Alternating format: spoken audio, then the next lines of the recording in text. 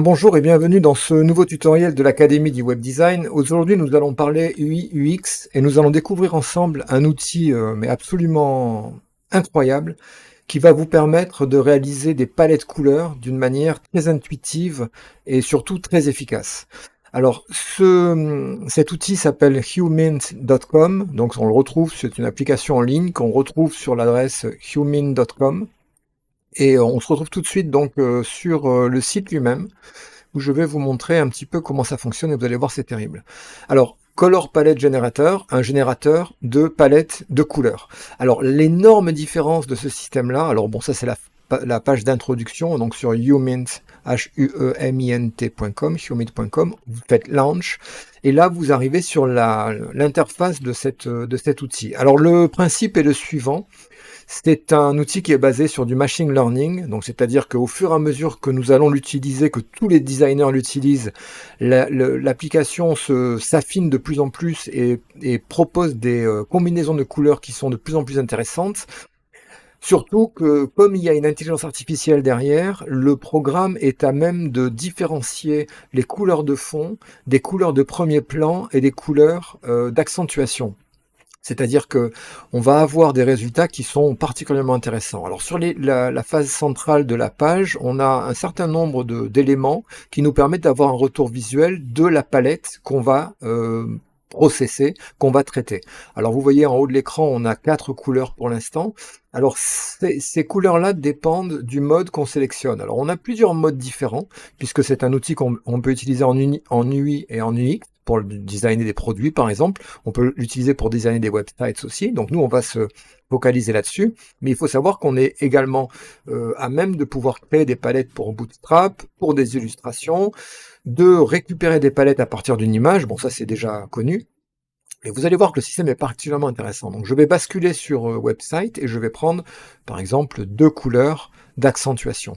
Alors là, j'ai un retour visuel sur une mise en page. Voilà, une mise en page d'un site qui va me permettre de voir les impacts des couleurs que je vais générer. Alors en bas, on a les références couleurs des 4 types de couleurs qui sont en haut. Et le principe va être le suivant. Je vais cliquer sur Generate de façon à créer des palettes toutes différentes les unes des autres. Donc vous voyez que les rendus sont particulièrement intéressants de par l'utilisation de cette AI, cette intelligence artificielle qui va différencier les couleurs de fond des couleurs de premier plan et des couleurs d'accentuation, donc j'aurai jamais de résultats, j'ai des résultats particulièrement intéressants. À partir du moment où je trouve une couleur qui m'intéresse, par exemple le bleu, hein, on a un bleu de fond, je vais cliquer sur le type couleur, et là je vais pouvoir bloquer la couleur. Donc à partir du moment où il y a un petit cadenas qui s'affiche sur la couleur, cette couleur ne changera pas, ne changera plus. Et je vais générer les autres couleurs qui, elles, continueront à changer, jusqu'à trouver une harmonie intéressante. Par exemple, là, je vais bloquer aussi le orange, lock, et je vais continuer à générer. Je vais bloquer le dernier orange aussi. Je vais générer, jusqu'à ce que je trouve la couleur intéressante. Alors là, on peut revenir aussi en arrière. Ça, c'est assez intéressant si vous avez loupé une couleur. On peut la récupérer. Voilà, par exemple, là, eh bien, j'ai défini mes 4 palettes. Alors, comment ça fonctionne? Eh bien simplement, on a ici un mode de génération des couleurs. On a 3 modes, dont 2 particulièrement intéressants, basés sur l'intelligence artificielle. On a le mode Transformer, qui va être un premier algorithme qui est appliqué aux couleurs. On a un modèle diffusion, qui va un petit peu changer également dans la génération des couleurs. Et un mode aléatoire, qui va générer des couleurs au hasard parmi toutes les couleurs possibles.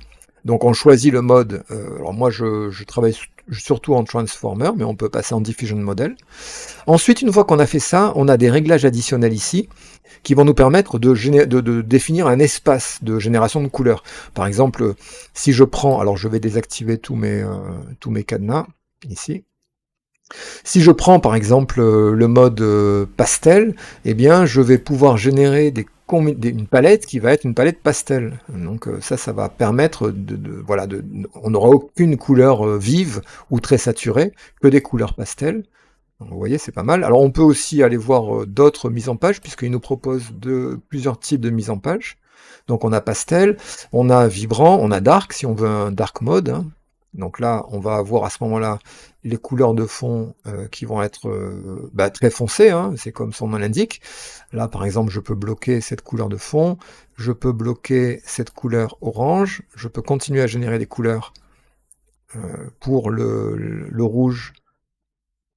Voilà, ça va toujours être en harmonie. Voilà, donc là, là, par exemple, j'ai trouvé ma palette. Donc il me suffit de noter les 4 couleurs que j'ai, puisque j'ai pris couleur principale, couleur de fond et 2 accentuations, donc 2 couleurs d'accentuation. J'ai les références ici. Alors, le lien, alors j'ai d'autres également, je vous montre juste. Alors, on a Hypercolor, où ça va générer des contrastes très importants entre les couleurs. Et on a également un mode simple qui va plutôt travailler dans les différentes couleurs de base, rouge, orange, etc. Et un mode avancé, où là, on a un curseur de créativité qui va contrôler la manière dont sont générées ces couleurs, à savoir une grande créativité va donner des résultats plus intéressants, alors qu'une créativité moindre va donner des couleurs qui vont plutôt être des couleurs ce qu'on dit de basse température, c'est-à-dire plus ou moins moins saturées et moins flashy. Donc ça, il faut jouer un peu pour voir un peu ce qui est intéressant. Bon, moi à 1.2, je le laisse généralement ici. Et on peut même choisir un contraste désiré, c'est-à-dire créer une matrice qui va permettre de définir sur la couleur 0, 1, 2 et 3, donc sur les 4 couleurs, le contraste maximum des couleurs qui vont être générées. Donc entre 0 et 100, 0 c'est aucun contraste, enfin c'est tous les contrastes, et 1 c'est pas de contraste, et 100 c'est un contraste maximum. Par exemple, un noir et un blanc ont un contraste maximum. Donc si on met là par exemple 90, on va avoir un très gros contraste entre la couleur 0, c'est-à-dire celle-ci, la couleur 1. Ensuite la couleur 1 et la couleur 0 et la couleur 2, on a 75. Donc 0 et couleur 2. Voilà, on peut affiner comme ceci cette matrice de façon à prévoir plus ou moins le résultat qui va être escompté. Alors une fois que c'est fait, une fois qu'on a créé sa charte, hein, donc on a ici les codes couleurs, comment est-ce qu'on les applique sur WordPress? Alors moi ce que je fais, c'est que j'ai créé dans les réglages du site ici. Alors ces réglages du site sont accessibles, je vous le montre ici, hein, quand on est dans Elementor. Dans le back-office, ici, on peut faire un CTRL-E ou un commande-E. Alors, est-ce qu'on y a accès d'ici? On a accès à beaucoup de choses d'ici, mais il faut savoir, parfois, non. Voilà, on a le constructeur de thème, non, on les a pas. Alors, on doit pouvoir y accéder, mais j'ai pas le raccourci. Donc, je vais vous le montrer à partir de là. Hop, on a modifié avec Elementor et vous avez les réglages du site ici dans la barre, dans la top bar noire. Donc on accède au réglage du site. Et moi, ce que j'ai fait, c'est que j'ai créé pour ce site-là, comme je l'ai montré d'ailleurs dans un tutoriel précédent, des couleurs globales. Donc j'ai une couleur principale, une couleur secondaire, une couleur de texte et une couleur accentuée. Et j'ai également créé une couleur en plus qui est background, et c'est cette couleur que je vais récupérer sur tout le fond de mon site. Alors, comme j'ai généré ces couleurs-là, je vais passer par exemple la couleur orange, ici je copie le code couleur, alors avec le hashtag, je vais le mettre dans la couleur principale, et comme tous les éléments pointent vers cette couleur principale, on voit que tout bascule d'un coup. Donc là j'ai récupéré le orange, je vais récupérer un blanc très clair pour ma couleur secondaire, voilà, là c'est fait. Et je vais récupérer ensuite, pour ma couleur background, je l'ai récupéré, alors 913, je vais récupérer le bleu pour ma couleur accentuée, voilà.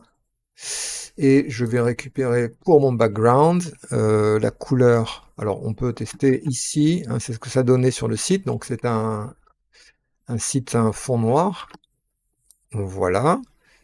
Je mets à jour. Donc vous voyez que tout a basculé parce que toutes les couleurs sont des couleurs globales, hein, donc là, il faut vider les caches évidemment. Voilà, le cache est vidé. Et voilà. J'ai un site qui a entièrement basculé sur les nouvelles, la nouvelle charte. Alors bon, qu'il faudrait affiner sur les couleurs, hein, mais j'ai bien ce résultat-là. Alors j'ai peut-être le titre qu'il va falloir mettre, il va falloir changer le titre. Alors là, bon, c'est toujours des problèmes de cache, hein, c'est pour ça qu'il affiche les dernières. Voilà. et je reviens ici.